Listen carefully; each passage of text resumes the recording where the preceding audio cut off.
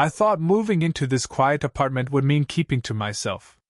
But then my divorced neighbor knocked on my door one rainy night, poured me a glass of wine, and whispered with a dangerous smile, "You're my new bad habit." That's when everything changed. I had only been in the building for 3 days when I noticed her. It was late, maybe just after 10, and I was still getting used to the creaks of this old apartment complex. The hallway light buzzed faintly, and I was fiddling with my keys when I heard soft footsteps coming up the stairs. She appeared at the landing like something out of a slow film, hair loose and slightly windblown, heels dangling from one hand, the other brushing an errant strand from her face. She wasn't in a rush. If anything, she looked like she'd just escaped a long evening and was relieved to be home. Her eyes met mine for half a second, steady, calm, before the corner of her mouth lifted. Not a big smile, just a polite acknowledgement that somehow felt more intimate than it should have. "New here?" she asked, voice low and warm, a little rough like she'd been talking or laughing too much earlier in the night. I nodded, suddenly very aware of how empty the hallway was except for the two of us. "Yeah. Just moved in a few days ago." She didn't seem in a hurry to leave. She shifted her weight, leaning her shoulder against the wall, and the movement brought a soft wave of perfume in my direction, something warm and floral that made me think of late summer evenings. "Welcome to the building," she said, keys jingling in her hand as she found the right one. "It's quiet here, most of the time." Her words felt less like a warning and more like a secret she was letting me in on. I nodded again, and before I could think of something clever to say, she turned toward her door. The sound of her key sliding into the lock felt oddly intimate, like I was hearing something I wasn't supposed to. She glanced back once, gave me a soft, almost tired smile, and disappeared inside. I stood there for a second longer than necessary before stepping into my own apartment. That night, when the building was still, I heard faint music through the wall we shared. Smooth jazz, low and steady, like the kind of thing you'd play with a glass of wine in your hand. I found myself sitting quietly on my couch, listening to it bleed softly through the drywall, imagining her on the other side, shoes kicked off, hair falling over her shoulders, maybe watching the rain outside her window. I didn't know anything about her yet, not even her name. But in that moment, with the quiet music and the hum of the hallway lights still in my memory, I knew one thing for sure: she was going to be impossible not to notice. The next afternoon, a knock at my door startled me. It wasn't loud, just 2 light taps, almost hesitant. When I opened it, there she was, barefoot this time, hair loosely tied back. She wore a casual sweater that fell off one shoulder and faded jeans that looked comfortably lived in. "Sorry to bother you," she said, leaning against the doorframe like she'd done it 100 times before. "Do you happen to have any sugar? I started baking, and of course, I just realized I'm out." Her tone was friendly but relaxed, like she expected me to say yes. I stepped back to let her in. "Yeah, I think I have some. Still unpacking, so it might take a second." She smiled at that, a small amused curl of her lips. "You've already got sugar in the house. You're officially doing better than I was my first week here." I found the bag in a half-unpacked box and handed it to her. When her fingers brushed mine, I felt it, the lightest, quickest touch, but it left my hand tingling anyway. "Thank you," she said, glancing past me into the apartment. "You're settling in fast. Place already smells like coffee and new paint. That's a good sign." I laughed a little, leaning against the counter. "Or maybe it just means I drink too much coffee." Her brow lifted, amused. "Well, you've moved into the right building then. I go through at least 3 cups a day." We ended up talking longer than either of us planned. She told me her name, Claire, and mentioned she'd lived in this building for a few years now. Her voice had this warm, textured quality that made me want to keep asking her questions, just to hear her answer. At one point, she walked over to my kitchen window to point out the best nearby cafe. She leaned close to look outside, bracing one hand lightly against the counter. The movement brought her near enough that I caught the faint scent of her lotion, something sweet, maybe vanilla. When she turned back to face me, her hand rested on my forearm as if it were the most natural thing in the world. The touch was casual, but there was something steady and grounding about it. I should let you get back to unpacking, she said finally, though she didn't step away immediately. Thanks again. You might have just saved my cookies. I smiled, and she smiled back, a quick, bright flash of teeth, before slipping out the door. For the rest of the day, I caught myself glancing at my door, half hoping I'd hear that soft knock again. The rain had been falling since late afternoon, a steady, quiet drizzle that turned the streetlights outside my window into glowing halos. I was halfway through making dinner when I heard it, that now familiar knock, soft but deliberate. When I opened the door, Claire stood there holding a bottle of wine by the neck, 2 glasses balanced in her other hand. Her hair was damp around the edges, sticking slightly to her cheek, and her sweater looked soft enough to disappear into. You look like you could use a drink, she said, lips curving into a tired but knowing smile. And honestly, so could I. I stepped aside, trying not to look too eager. Come in. She moved through my apartment with an ease that made it feel warmer. The rain tapped gently against the windows, filling the silence between us. Rough day? I asked as I opened the wine for her. She exhaled softly, leaning back against the counter. You could say that. Long meeting, longer commute, and then… She hesitated, shaking her head lightly. Then I just didn't feel like being alone tonight. There was something raw in her honesty, no mask, no practiced small talk. Just truth. We sat on the couch, the single lamp by the corner throwing soft light across the room. Claire curled her legs under herself, glass cradled in her hand. I noticed the way the wine caught the light as she swirled it, slow and distracted. I don't usually do this, she said after a sip. Do what? Show up at a neighbor's door like this. I just… She paused, looking at the rain-streaked window. It's been quiet lately. Too quiet. Her voice dipped on the last words, and I caught a glimpse of the sadness behind her calm exterior. You live alone? I asked gently. She nodded, staring into her glass. Divorced last year. And it turns out an empty apartment is louder than I thought it would be. There was no self-pity in the way she said it, just honesty. I didn't rush to fill the silence. Instead, I let it hang there, heavy but not uncomfortable. I'm sorry, I said finally. She looked at me then, really looked, eyes soft but searching, as if measuring whether she could trust me with this version of herself. You know what I miss the most? She asked quietly. Being wanted. Having someone to share the boring parts of life with. I felt something shift in my chest at that. I wanted to tell her I understood, that she wasn't invisible, but all I managed was a small nod. The rain kept falling. Her hand brushed my knee as she reached for the wine bottle to pour another glass. The touch was fleeting, but my heart beat faster anyway. For a long while, we just sat there, listening to the rain, 2 strangers who suddenly felt less alone. After that rainy night, something shifted.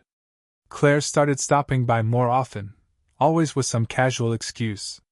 Sometimes it was to drop off leftovers. I cook too much, and you look like you forget to eat. Sometimes just to share a late-night cup of tea. It became a quiet routine, one that I looked forward to more than I wanted to admit. One Thursday evening, she appeared again, no bottle of wine this time, just a sly smile. You busy? She asked, already stepping inside before I could answer. Not really, I said, moving aside. What's the occasion? No occasion. She dropped onto the couch, tucking her legs under her. I just figured you could use some company. And honestly, I didn't want to think tonight. Cooking, cleaning, whatever, too much effort. I want to sit and be lazy with someone. She looked at me expectantly, patting the cushion beside her. I joined her, and soon we were flipping through music on her phone, settling on an old playlist of hers, warm, jazzy, a little romantic. Claire let her head fall back against the couch with a satisfied sigh. You know, she said after a while, I think you're dangerously good for me. I laughed. How so? You listen too well. You don't talk over me. You actually remember things I say. She turned to look at me then, her mouth tilting into a slow smile. I think you're becoming my new bad habit. The words landed with surprising weight. My heart skipped before I could stop it. Bad habit? I asked, trying to keep my voice light. She shifted closer, resting her elbow on the back of the couch so that her face was only inches from mine. You know how some habits sneak up on you? One day you realize you've been doing something every night, and now you can't imagine not doing it. The playful glint in her eye made it clear she wasn't just talking about tea and conversation. I swallowed, trying to ignore how warm the room suddenly felt. And is that a good thing or a bad thing? Claire's lips curved, almost a secret. I haven't decided yet. For a moment neither of us spoke. The music played softly, the outside world felt very far away, and the air between us was charged with something unspoken. Then she leaned back, breaking the tension with a laugh. Don't look so serious. It's just a little neighborly crush. But as she reached over to take a sip from my mug, her fingers brushed mine, slow, deliberate, and she didn't pull away right away. I sat there, heart hammering, knowing we had just crossed some invisible line, and neither of us seemed eager to go back. It was late when I heard the knock, later than Claire usually came by. When I opened the door, she was standing there without her usual calm smile. Her hair was slightly messy, her eyes red like she'd been crying, and she held herself with a tension I hadn't seen before. Hey, she said softly, almost a whisper. Sorry. Can I come in? I didn't hesitate. Of course. She stepped inside and stood in the middle of the room like she wasn't sure what to do next. Tea? I offered because it was the first thing that came to mind. She nodded, still quiet, and sank onto the couch. By the time I brought her a mug, she had pulled her knees up to her chest, arms wrapped loosely around them. What happened? I asked gently, sitting down beside her. She stared into the steam of her tea for a long moment before answering. He called, she said finally. My ex. He wanted to check in. Which we both know means he wanted to make sure I'm still miserable without him. Her voice cracked just slightly on the last word, and before I could think, I reached over and covered her hands with mine. They were cold, trembling a little. Claire, I said softly. She let out a shaky laugh, the sound not quite reaching her eyes. God, I hate that he can still do this to me. I was doing so well. And then one stupid call and I feel like I'm back at square one. You're not, I said firmly. You've come so far. You're not who you were when you were with him. That made her look at me. Really look at me. Her eyes were wet, shining in the dim light, and for a second the air between us went very still. We were close, close enough that I could see the way her breath hitched, close enough that if I leaned just slightly forward, I didn't. But she must have felt it too, because her gaze flickered down to my mouth before darting away. She let out a slow breath and leaned her head against my shoulder instead, the movement soft and deliberate. Thank you, she whispered. I stayed very still, feeling the weight of her head, the warmth of her shoulder pressed against me. My heartbeat was loud in my ears, but I didn't move, didn't dare ruin the moment. After a while, she sat up, calmer now. She gave me a tired, grateful smile, the kind that made my chest ache, and stood. I should get some sleep, she said quietly. I walked her to the door. For a moment, I thought she might say something else, but she just gave my hand a light squeeze before slipping out into the hallway. I stood there long after she left, the ghost of her touch still warm against my skin, wondering how much longer we could stay in this almost. The next morning, there was a note waiting at my door. Sorry about last night, it read in her careful handwriting. I didn't mean to dump all of that on you. Coffee later? I didn't even think about it. I knocked on her door a few minutes later. When Claire opened it, she looked softer than I'd ever seen her. No makeup, hair loose and a little messy, one of those worn-in sweatshirts that made her seem more real than ever. I got your note, I said. She stepped back, letting me in without a word. The apartment smelled faintly of coffee and rain-soaked air from the open window. She moved to the kitchen, pouring me a mug before sitting at the table. I shouldn't have come over like that last night, she said quietly, fingers tracing the rim of her own cup. I'm glad you did, I said before I could stop myself. She glanced up, surprised. I mean it, I went on, sitting across from her. You don't have to go through things alone. Not if you don't want to. She stared at me for a moment, her expression unreadable, then let out a long breath. It's just, I've gotten so used to holding everything together by myself. Letting someone see me like that feels. She shook her head, searching for the word. Dangerous. Dangerous? Her mouth tilted into the smallest smile. Because what if I start to need it? That hit me like a quiet punch in the chest. Maybe needing someone isn't the worst thing, I said softly. The room went quiet. She looked down at her coffee, then back at me. You're making this hard, you know. Good. She blinked at me, then laughed, a small, genuine sound that seemed to break something open between us. I stood, moving around the table. She stayed seated, watching me with careful eyes until I reached out and brushed a loose strand of hair from her cheek. She didn't look away. For a heartbeat, we just stayed like that, my hand near her face, her eyes on mine. Then she stood slowly and stepped into me, her arms slipping around my waist. The hug was slow, unhurried, her head resting against my chest. I felt her exhale, felt the quiet steadiness of her heartbeat against me. Thank you, she murmured, her voice muffled against my shirt.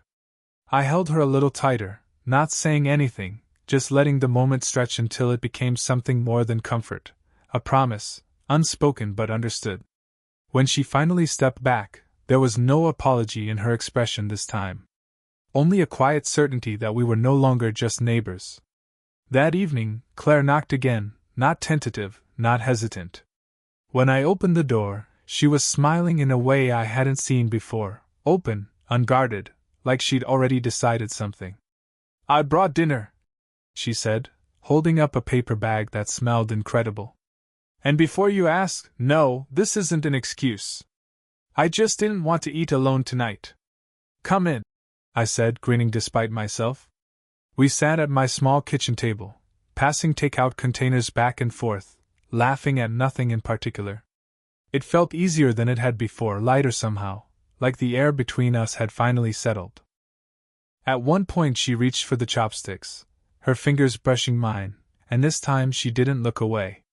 Feels different tonight, I said softly. Her lips curved.